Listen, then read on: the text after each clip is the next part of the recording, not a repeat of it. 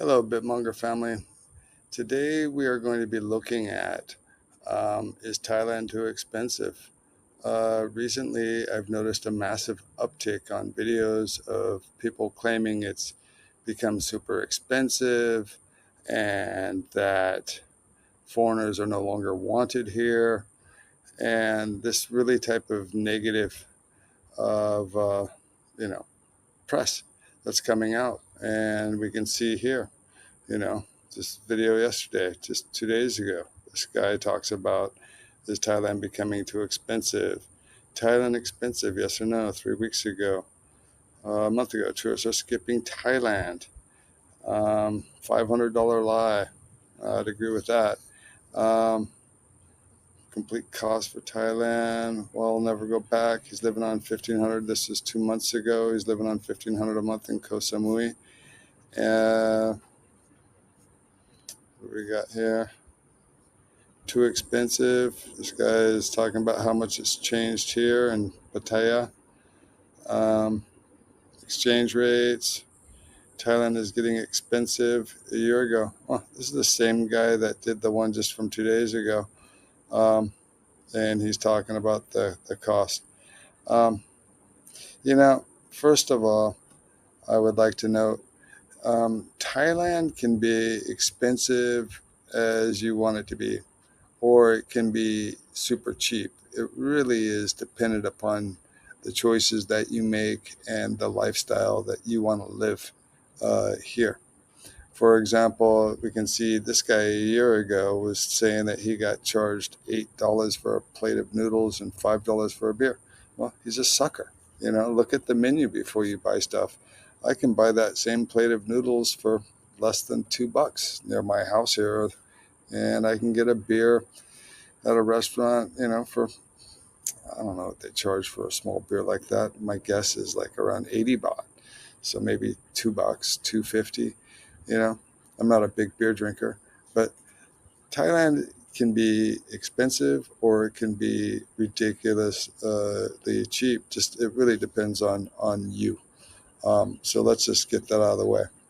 And I was going to expose this guy because he says in one video he's been living here for like 15 years, and then another video he says that he just moved here and during COVID.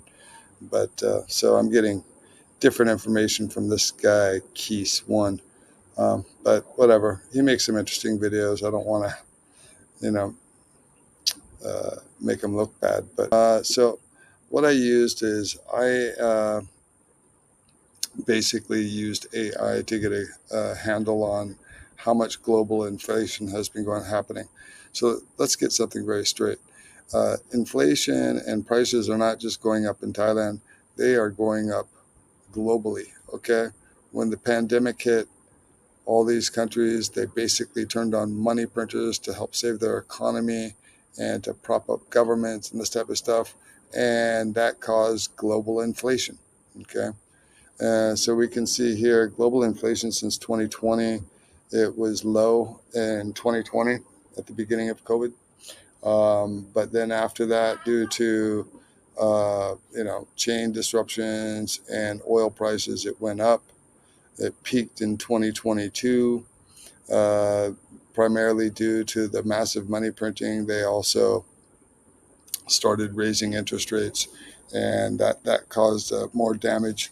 And it has been coming down. In 2023, it says it was 6.8 and 5.8. Okay, and 2024. So still not good, but it is starting to come down. Now, I believe we're about to experience further inflation because a lot of countries, primarily the United States, is in massive debt, and they're going to have to roll over that debt. And when they do, that's going to cause more inflation, unfortunately. But so there's the global inflation aspect. So let's look at Southeast Asia from 2020 to 2024 annual inflation rates, and this is based on the CPI. And we can see from this data, Laos is the worst, Myanmar is the second, Now, Myanmar, not that many people are going there. It's a war zone now. But yeah, Laos, Myanmar. Next worst for inflation is the Philippines. Um, and it's actually experiencing negative inflation right now. And 2024 to the latest, Vietnam, same sort of thing. We're actually experiencing some deflation. Indonesia was, what's that, 1, 2, 3, 4, 5. Singapore, Malaysia, Cambodia, Thailand, Brunei. So Thailand is near the bottom here when it comes to annual inflation rates by country from 2020 to 2024. It's way down the list here. You can see it here. And currently it says it's experiencing deflation by 1.9%. Okay. So, is it really going up massively? By the looks of this, it did, but it's coming down. Another thing that you need to realize is that I did a search on here, and for tourism, when it comes to hotel prices, Thailand did have the most significant increase of all the countries in Southeast Asia. From 2022 to 2023, prices increased by 70%, which is staggering. So that did hit people, but that was, 2 years ago, and it decreased by 37% in the first month of 2023. So getting some mixed signals, but Thailand did go up. Now, one thing I want to note about tourists that are coming here in hotels, if you come to Thailand, only book a hotel for a day or two. You can get much better deals if you walk in and talk to hotels directly. Not always, but oftentimes you can find some absolutely fantastic deals. Um, now, and that's what I've done in the past. And you can negotiate even lower rates if you stay for longer periods of time. And that's especially true during low season. Let's look at this one. What is this? Okay, so here the question is, how much has tourism dropped in Thailand over the past year? And you can see right here, Thailand's tourism has seen a noticeable decline in 2025 compared to 2024 based on available data.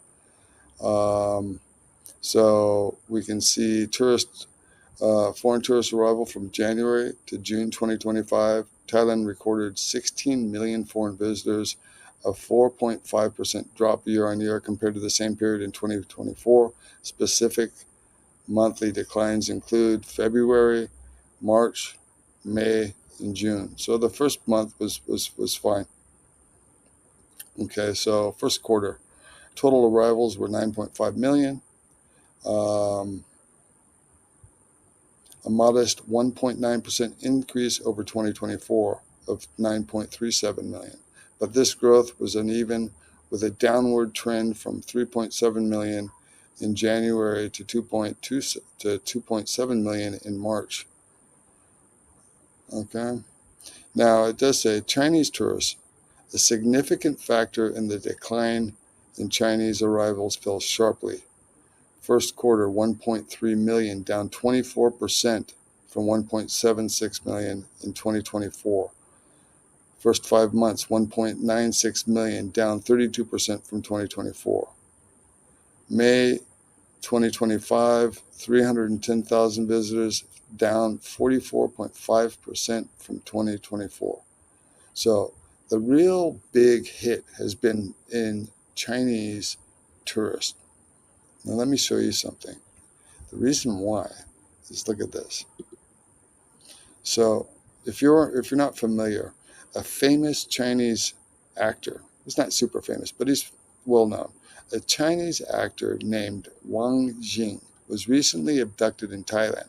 He was lured to Thailand with some promises of filming a job, but was then taken to Myanmar and forced to work in an online scam operation.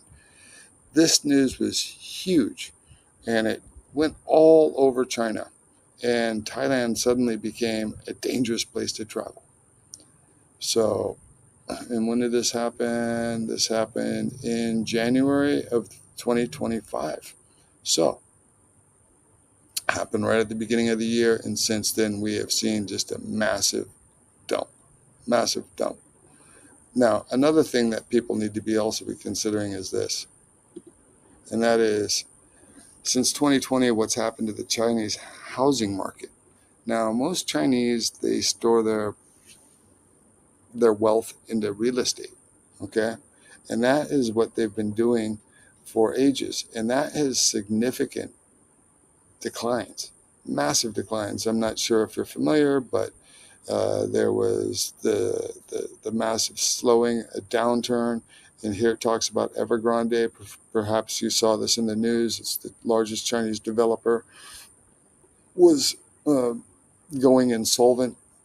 Let's just look at the summary. So since 2020, the Chinese housing market has shifted from a speculative boom to a severe downturn, driven by tightened regulations, developer defaults, and declining demand. Prices have fallen significantly. Sales and construction have contracted, and oversupply remains a crucial issue. Government interventions have slowed the decline but have not yet reversed it, with stabilization expected to be gradual and uneven across city tiers. The crisis has broader implications for household wealth, local government revenue, and China's economic growth, with long-term structural changes like population decline adding further pressure. So this is another big indicator. Between those two things, people losing money in real estate, buying places, doing speculation, and then those developers defaulting, people losing mass sums of money, oversaturation of markets, too much supply, and those prices are just dropping. So that's another reason why Chinese would be less likely to be coming to Thailand. Okay, so we got that. What was this one? So I also asked, how much has tourism declined over the past year in Southeast Asia? Okay, so Southeast Asian tourism sector saw a robust recovery in 2024, right? Just like Thailand did, with international arrivals across major destinations, including strong growth compared to pandemic-affected years like Vietnam, Malaysia, and Cambodia.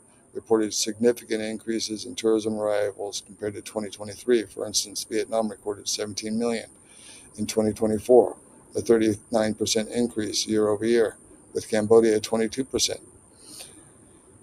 However, recovery is uneven. Some countries experienced declines of strategic in nearly 2025, particularly due to the drop in Chinese tourists. Okay, so Chinese have been traveling all over the place, and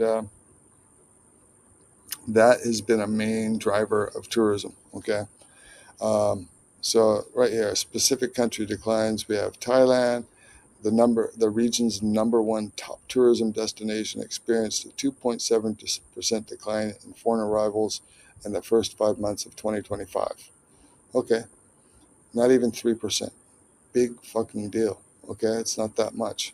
Now remember, Thailand is the biggest destination. It's the number one destination, top tourist destination.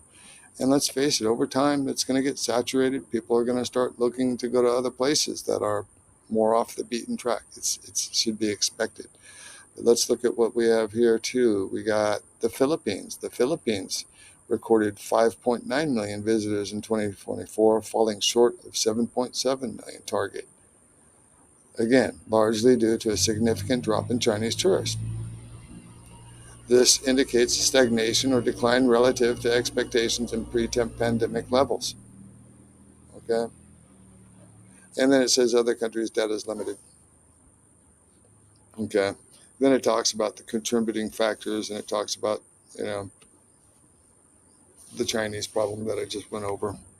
All right, so these are things that are happening in Thailand and why it is happening. It's not necessarily only Thailand.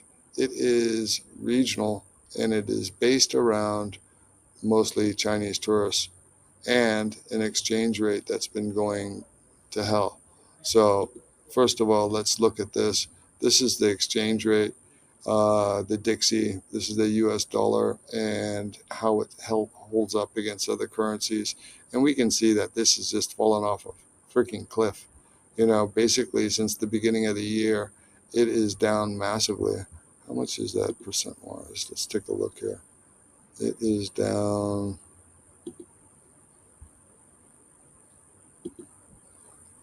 almost 12.5% since the beginning of the year, across other currencies. And it's been down against the Thai baht as well. So this is a big deal. Let's look at other currencies here. So the Canadian dollar against the Thai baht, down 1 year, right? Let's take a look at the euro.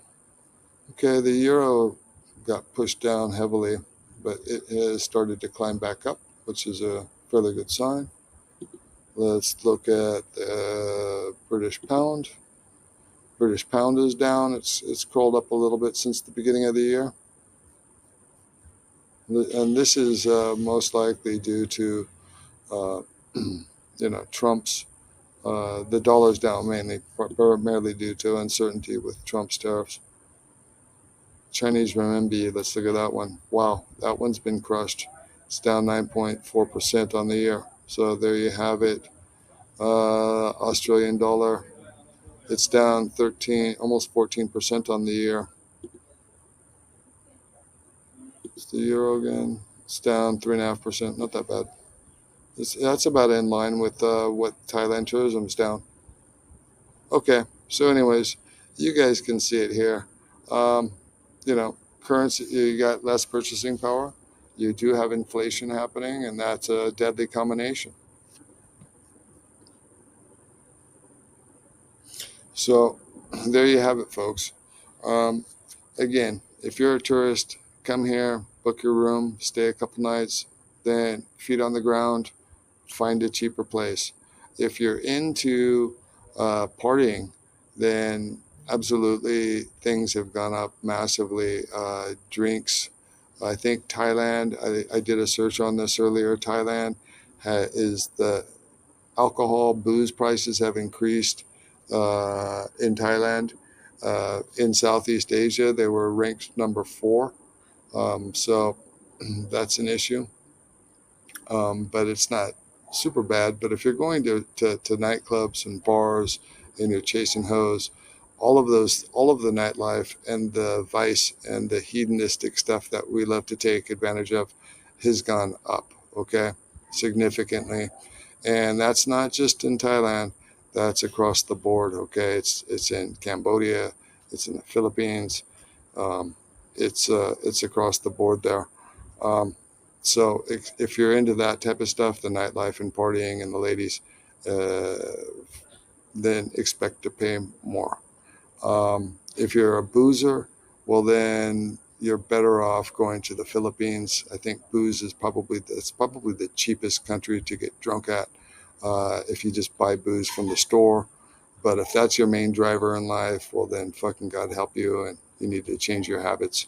Um, Now, if Thailand is an issue for getting a visa, they have cracked down on that, and rightfully so. If we were the rulers of a country, we probably wouldn't want a bunch of people that are financially strapped coming and staying in our country, either.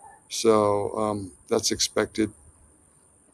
If you can't afford Thailand, then uh, and you can't afford to get a visa, then your best bet is Cambodia or the Philippines. But from my perspective, they're not as nice a countries.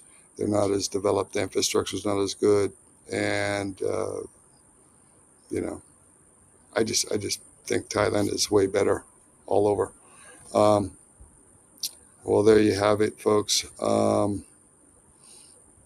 If you really want to stay in Thailand, I strongly recommend that you invest and you plan. The main thing is that you invest. You need to be investing into hard assets, into things that are going to outpace inflation, things like Bitcoin, things like crypto, um, good disruptive stocks, uh, you know, Nvidia, Tesla, things that are going to be in massive demand and disrupting markets. those are the things that you need to be invested into. I also like utility companies. As the AI revolution happens, energy is going to be massively in demand, and that's a safe bet. And you can get good dividends on that. Not as much growth upside, but they are good investments for a portion of your portfolio. Now, if you don't have a portfolio, then you really need to start investing to get ahead in life. And that's just the way it is, guys. Um, all right, there you have it. Hope you all have a wonderful day, and monger on.